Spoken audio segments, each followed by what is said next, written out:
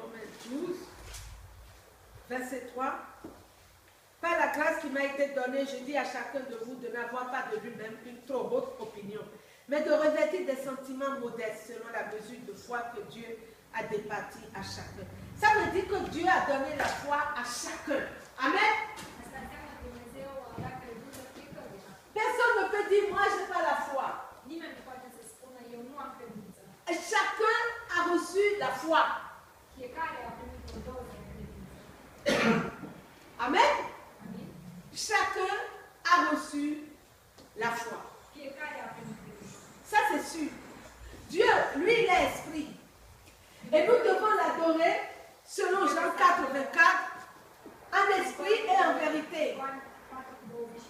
Vous savez que la vie physique que nous avons, elle est gouvernée par notre âme. Enlever l'âme, le corps ne fait rien. Le corps est couché là.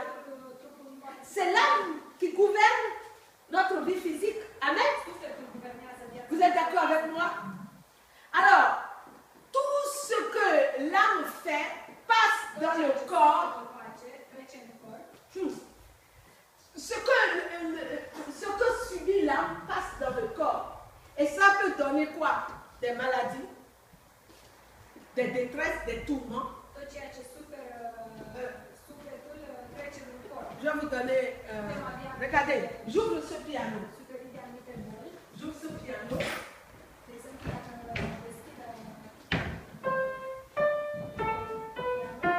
Quand je touche,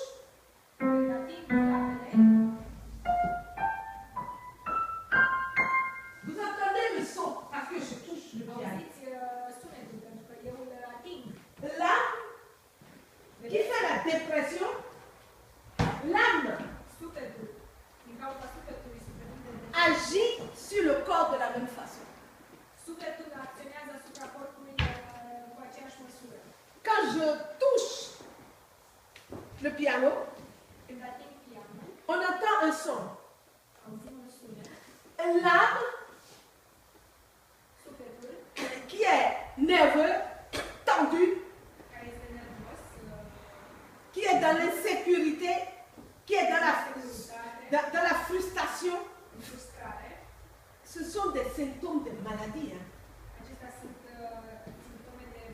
Et ça se voit sur le corps. Le corps, lui, il fait ressortir la maladie. Mais ça vient, mais ça vient de l'âme. Alors vous voyez, Jésus dit toujours à ses apôtres, mais pourquoi vous avez peur? Parce que la peur dans l'âme agit sur le corps et ça peut ressortir par des maladies, par beaucoup de choses. Alors, pourquoi un homme est-il dominé par la peur? Est-ce que nous avons une réponse ici? Amen. Parce que quand on répond, on garde. Pourquoi j'ai une situation, je commence, j'ai peur, pourquoi j'ai peur? Pourquoi un homme, on déclare qu'il est malade, il commence à paniquer, il commence à avoir peur? Ou bien quelqu'un qui n'a pas d'argent, il commence à paniquer, il commence à avoir peur. Ou bien quelqu'un qui est menacé, il commence à avoir peur. Pourquoi l'homme est stressé, l'homme est nerveux, l'homme a peur? Mais pourquoi? Vous pouvez me répondre, amen? Pourquoi l'homme a peur? Amen. Pourquoi nous avons peur? Et ça m'a frappé, chaque fois que je lis l'évangile, je dis toujours, n'ayez pas peur. Mais il dit toujours, n'ayez pas peur. Nous savons que la peur court-circuite la puissance de Dieu qui descend, bien sûr. Mais pourquoi l'homme a-t-il peur? Il y a une réponse capitale. Prenez les hommes, la plupart du temps. C'est la peur qui domine leur vie. La peur domine la vie. Pourquoi l'homme a peur? Oui, l'origine de la peur vient du diable. Comment? Oui. Voilà. Alors,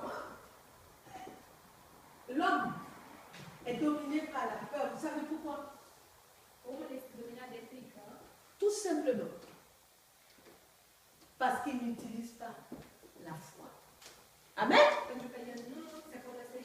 Les apôtres, ils étaient. Et je vous ai dit tout à l'heure dans Romains 12, 13 que Dieu a donné la foi à tous les hommes. Nous avons la foi. Amen. Chacun de nous a la foi. Mais si on est dominé par la peur, c'est parce que nous n'utilisons pas cette foi. Dieu a rétabli son image dans notre esprit. Parce qu'il veut donner sa vie en abondance à chacun de nous. Il nous a donné la foi pour que nous puissions détruire les ennemis de notre vie. J'ai regardé la liste des bénédictions dans la Bible. Je me suis amusée à regarder un peu. Dieu bénit, il bénit. Alors, je dis Seigneur, tu nous as donné la vie, j'ai regardé. Moi, je n'ai pas vu la peur dans les bénédictions, dans l'héritage. J'ai pas vu, j'ai pas vu les craintes, j'ai pas vu la nervosité, les tensions, j'ai pas vu tout ça. J'ai pas vu le stress dans la bénédiction. La liste, j'ai même pas vu la maladie. Amen. Je ne sais pas si... Alléluia. Moi, ma Bible ne montre pas ça. Alors, nous n'utilisons pas... Et pourquoi nous n'utilisons pas notre foi? Et nous avons peur. Par exemple, quand j'étais dans l'avion pour aller au Bénin, pas maintenant, il y a 6 ou 7 ans en arrière, ben, les gens étaient dans la peur. Tout le monde était crispé. Pourquoi ils étaient crispés? Parce que les avions avaient l'habitude, ce temps-là, de cracher. Ils avaient le crash dans la tête. La peur les avait dominés, paralysés. Et moi, j'ai dit, mais si nous prions. Vous savez que quand l'avion atterrit, tout le monde a atterri. La peur a dominé, paralysé. Ils étaient sûrs que l'avion allait chuter. Mais pourquoi ils n'utilisent pas leur foi?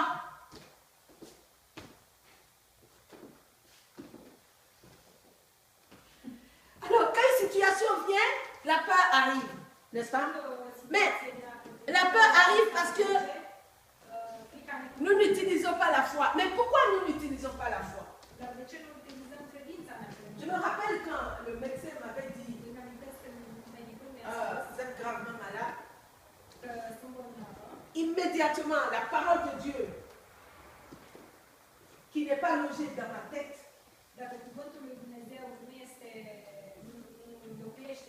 mais fait partie de moi, est logée dans mon esprit, dans mon cœur, au profond de mon cœur. Après j'aime. Amen. Parce que si c'est dans la tête la parole de Dieu, quand le problème arrive, elle se sauve. Amen. Et la peur s'installe. Quand la parole de Dieu est installée dans la tête, dans l'intelligence, vous voyez, et que le problème arrive, la parole est partie parce que ce n'est pas dans la tête qu'elle va porter du fruit. Et la panique s'installe parce qu'il n'y a rien dans l'esprit. L'esprit est vide.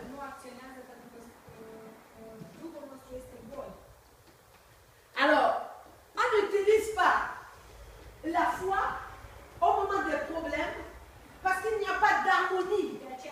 Il n'y a pas de contact entre Dieu et nous parce que nous sommes physiques, Dieu est esprit. Et la foi est une question spirituelle. Ce n'est pas physique. Hein? La foi, parce que Dieu est esprit. Que vous le veuillez ou pas, Dieu est esprit. Et pour avoir quoi que ce soit de Dieu, c'est spirituellement qu'on peut l'avoir. Je ne peux pas toucher Dieu. Dieu n'est pas physique. Nous voulons bien que Dieu soit physique, que nous le touchons. Non, il est esprit. Donc, ma foi est du domaine de l'esprit. Amen.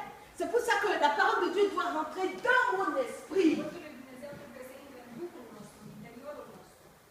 Et si la parole de Dieu va loger dans mon esprit, je suis capable d'utiliser ma foi. Regardez ce que j'ai préparé ici.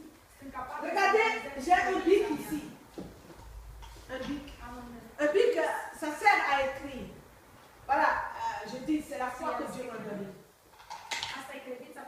Mais la foi est complètement enfermée, plâtrée. Je ne peux pas l'utiliser. C'est impossible. Je dois libérer ma foi avant de pouvoir l'utiliser. Même si j'ai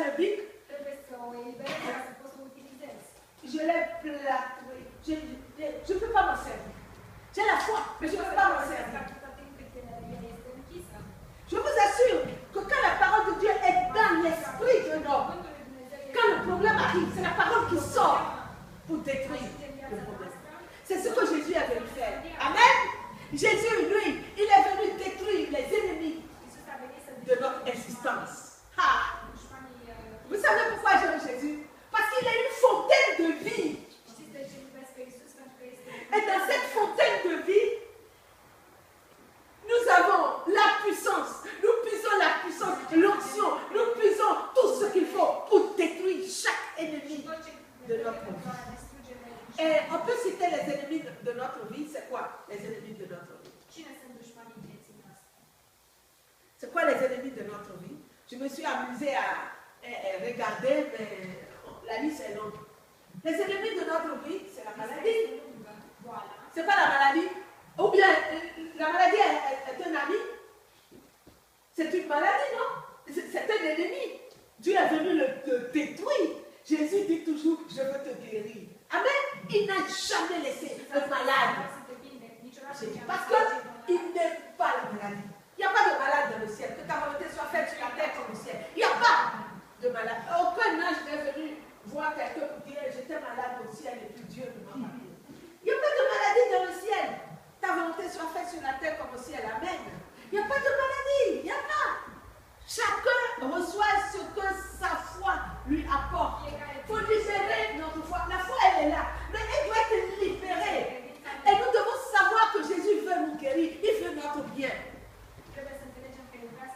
Alors, d'autres ennemis de notre vie, la peur, la fatigue, l'anxiété, le stress. Mais aidez-moi. Amen. Vous n'êtes pas mieux ce matin. Vous pouvez m'aider, non? Les frustrations, le rejet, les blessures de l'âme. Ces choses-là vont dans l'âme et divisent l'âme. Vous voyez? Et la peur prend la place et détruit la foi. Ce sont ces choses qui séparent les bénédictions que Dieu a préparées. Mais Jésus, gloire à Dieu, est venu. Parce que vous voyez, quand